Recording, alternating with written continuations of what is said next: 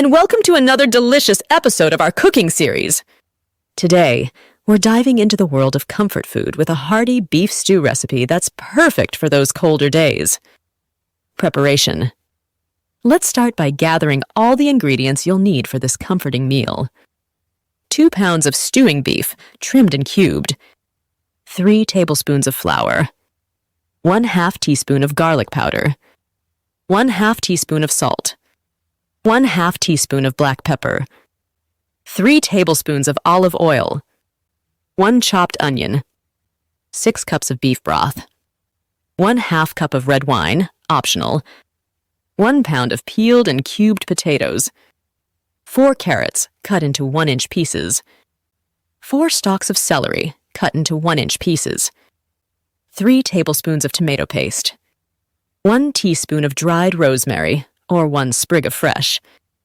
2 tablespoons of cornstarch, or as needed. 2 tablespoons of water, or as needed. 3/4 cup of peas. Cooking process. Now that we have everything ready, let's dive into the cooking process.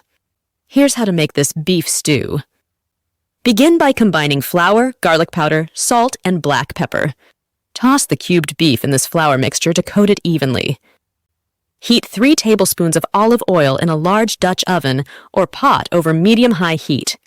Once the oil is hot, add the coated beef and chopped onions. Sear the beef until it's beautifully browned. This step is crucial for adding that delicious caramelization and flavor to your stew. Next, add 6 cups of beef broth and, if you like, 1/2 cup of red wine. While doing this, be sure to scrape up any brown bits from the bottom of the pan. Those brown bits are packed with flavor and will enhance your stew. Stir in all the remaining ingredients except for the peas, cornstarch, and water. This includes the potatoes, carrots, celery, tomato paste, and rosemary. Reduce the heat to medium-low, cover your pot, and let it simmer for about 1 to 1.5 hours or until the beef becomes incredibly tender. This slow cooking process allows all the flavors to meld together beautifully. Thickening. Now let's talk about how to thicken your beef stew. While it will naturally thicken a bit thanks to the starches in the potatoes and the flour-dredged beef, you can take it up a notch. Create a cornstarch slurry by combining equal parts, cornstarch and water. It's as simple as that! Pour this slurry a little bit at a time into your bubbling stew to thicken it to your desired consistency. Make sure to stir continuously. Once your stew is thickened, let it boil for at least 1-2 minutes to cook out any starchy flavor. Final touches.